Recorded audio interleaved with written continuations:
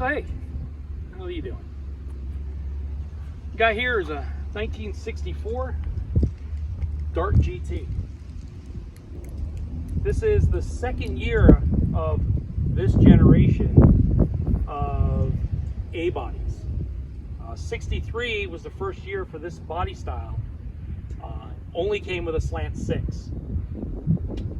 64 and a half, you could actually get a V8 option finally. That V8 was the 273 V8. And that was the first year that motor was available. And that motor was specifically built for these cars, for the A-body line, the Valiant and the Dart. 1964 was also the last year for the push-button automatic. In 65, all the cars went to a floor shifter or a column shifter, like a conventional car. With the A bodies, if in 65 you got a automatic with a V8, you automatically got the floor shifter. If you got a slant 6, you either got a column shifter or a floor shifter. And the reason why was because of the complication of the two cables that operate the transmission. You have one part cable, and then you have a cable for 1, 2, drive, neutral, and reverse. So in 65, they had to rush to production with something. So they came up with the shifter and the column shifter, which other vehicles had, and they had to use those two cables because the transmission redesigned the transmission that fast. So what they did was they incorporated both cables, the part cable and the shift cable, all in one. Well, with a column shifter, that put a big square box at the bottom of the steering column with the two cables going to it. Well, that will not clear a V8 in this chassis. The exhaust manifold is right there. So all the V8s in 65, which is a 64, but in 65, got a Consulate floor shifter.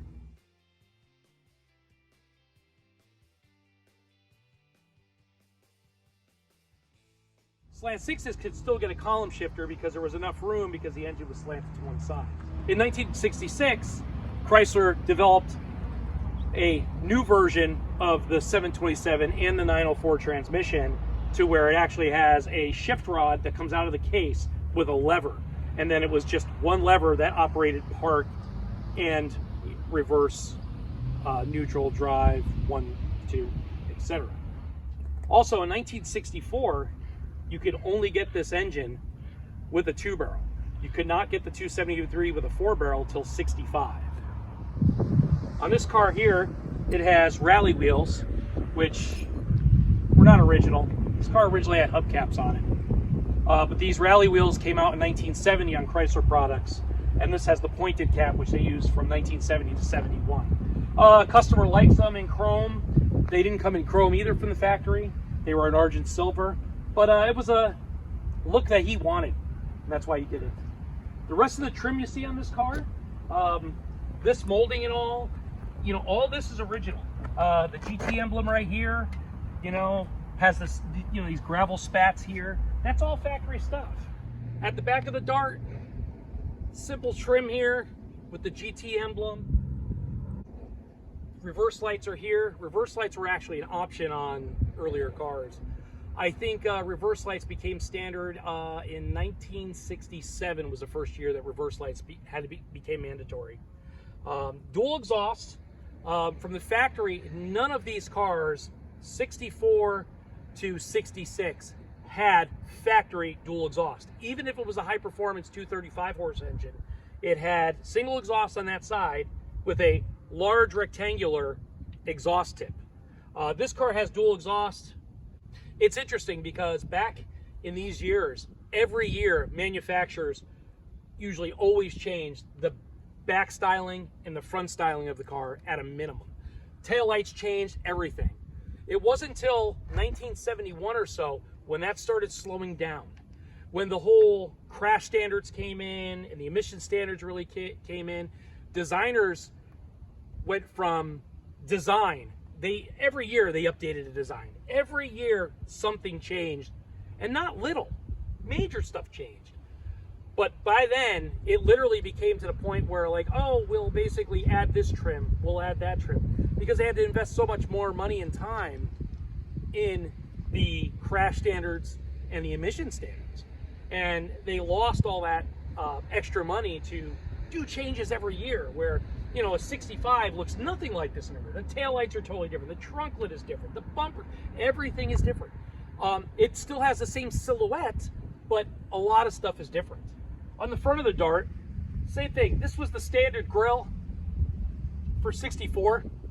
Pretty much all look like this in 64. In 65, this actually went from here and looped around with the grill assembly. They call them candy canes. 64, this style of grill was the only one they used. The bumper overriders here, those were an option. Not all cars had those, but the grill, the nose was pretty much all the same. Nothing different on that from any other standard 64 Dart. The only thing different was this molding on this hood was on the GT, and there's a little emblem in here that says GT.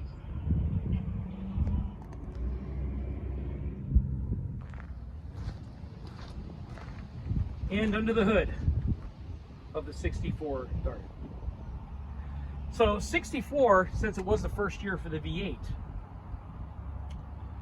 they had to make some changes. The only thing is, they only did part of the changes, not all of the changes. So in 63 and earlier A-bodies, the wiper motor sat right here for the windshield wipers. But when they decided to put a V8 in these cars, they realized, well, that's not going to work because the distributor's there. So in 64, they relocated the wiper motor. The only other thing they didn't do was re-engineer the radiator sport to fit the V8. Again, I think it was just a crunch. They got the motor in half year. So the radiator sport in this car was actually developed with the radiator offset to the driver's side. Because the slant 6, its water pump was offset from the crank center line about 4 inches to the left. So the radiator was centered with that fan. Well, when you put the V8 in, now you've got a fan that's not as misaligned with the radiator. And the radiator on the 63 and the 64, the largest one was an 18-inch radiator. That's it, 18 inches, very narrow. Later on, in 65, you could get a 22-inch radiator, which was much better than an 18-inch. In my last video, I talked about how I modified this radiator sport to actually use a more modern radiator. Originally, this would have had a single master cylinder, one reservoir. All cars till 1967 had a single reservoir master cylinder in the US. In Europe, they got rid of that sooner. It had one reservoir. So if, say you got a leak in your brake system, a wheel cylinder, a hose, brakes or something, all that brake fluid's gonna leak out of that one area. You're not gonna have any brake fluid and no brakes. You know how they call them emergency brakes? Well, that's exactly what they were pre-67. After 67, they call it a parking brake because it was used to park, to hold the car better. That's the other thing. With an automatic, don't rely on the parking pawl to keep you, if you're on a steep hill, up or down. Always use the parking brake. So the emergency brake was there for a reason. This car has been converted to tandem master cylinder. So basically it has a reservoir for the front brakes and a reservoir for the back brakes. So if, say, it blows a rear wheel cylinder, it's still going to have some brakes. And if it blows a brake caliper, it's still going to have some brakes. Not a lot, but some. The car no longer has points in it. It's been converted to Chrysler electronic ignition with a Chrysler Chrome box. Chrysler Chrome boxes were the best ignition box made for years.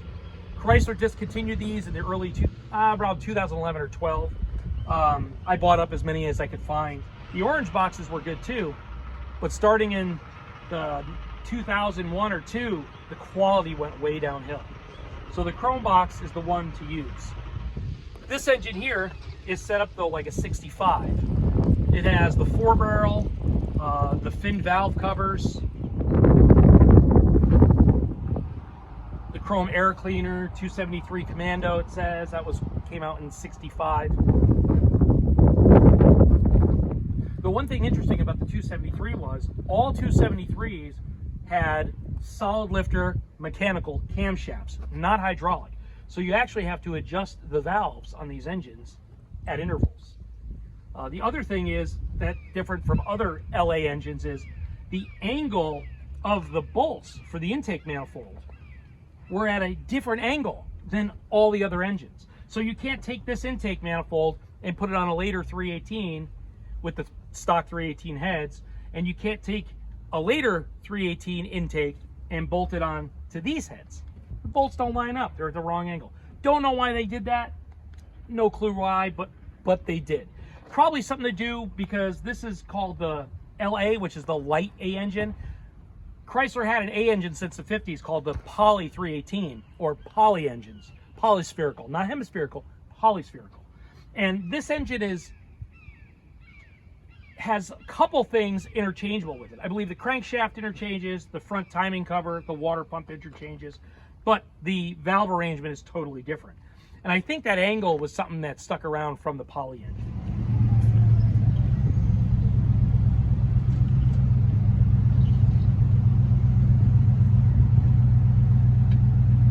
And here's the dash.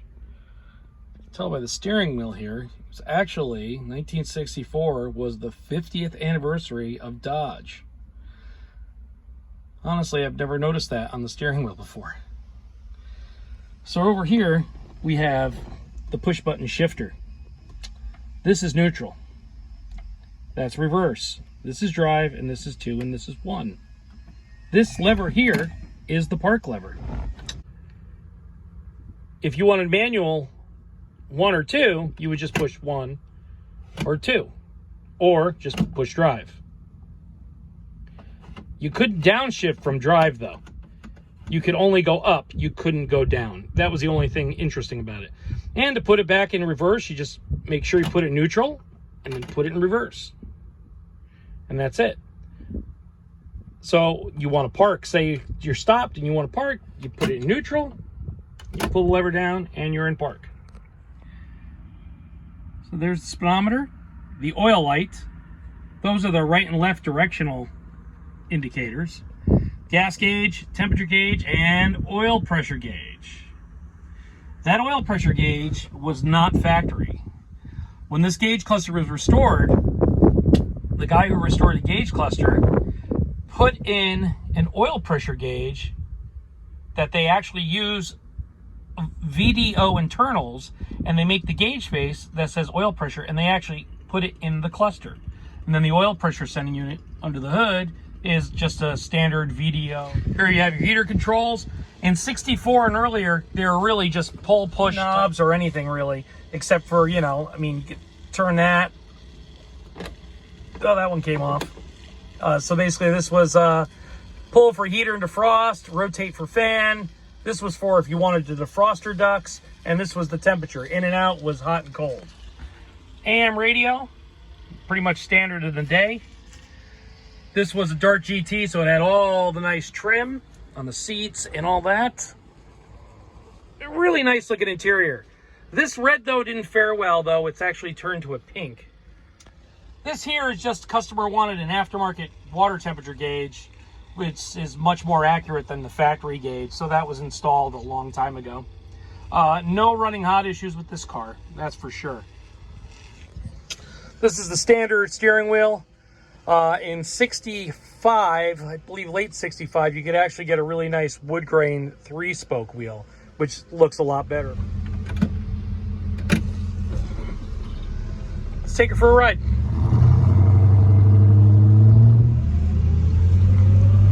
Yeah, this is a nice driving car. It's very smooth. Not a lot of power. It's not like can't merge into traffic lack of power. Just not like a muscle car of the later 60s or some of the earlier 60s ones. This was the first of the V8 small car by Dodge. So this was a big thing. I mean, Falcon beat it by about a year, because the Falcon got the V8 in 63 and a half, where it took Dodge up to 64.5 to get the V8.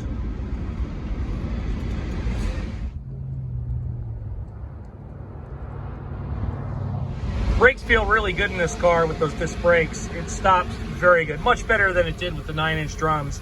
Actually, this car probably had 10-inch drums. Actually, no, this car did have 9-inch drums originally. Let's see how it accelerates. Well, like I said, it's not bad. It runs pretty good.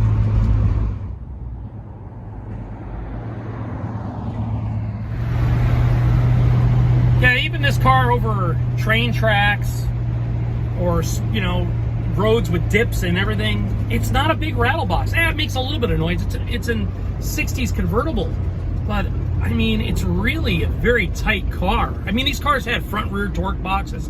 They were built stronger than the regular hardtops or the post coupes, but it's a really nice driving car.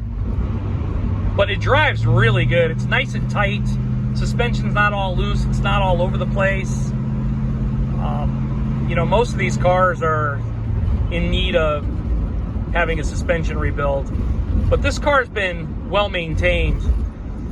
The owner, Dave, he drives this car all the time. This is not sit in the garage all the time and never be driven. He drives it all the time. He'll take it out and drive it everywhere. This car gets mileage put on it. So it's got to be in good shape. I mean, hence, that's why we got the heavier duty radiator in it.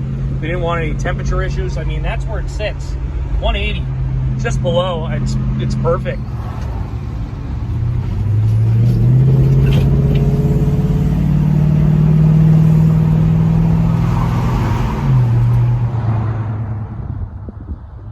But it keeps up with traffic really well. The rear end, having this rear end is much better than the original rear end. The original rear end, which was that 7 1/4, just very light duty. It's hard to believe they even use that rear end on V8 cars because they'll break under normal use. And the other problem is, other than bearings, there's no user serviceable parts for that rear end anymore. It's getting really bad to get parts for them. I have customers that have worn out ones, and if it needs anything other than bearings, I can't repair it. I just have to find an 8 3/4, which is even getting harder, or put an 8 1/4 rear in it, which came in the 73 and up A bodies. But those have a large bolt pattern, the 5x4.5 inch bolt pattern, not the 5x4 inch bolt pattern. Let's see how it is through this corner.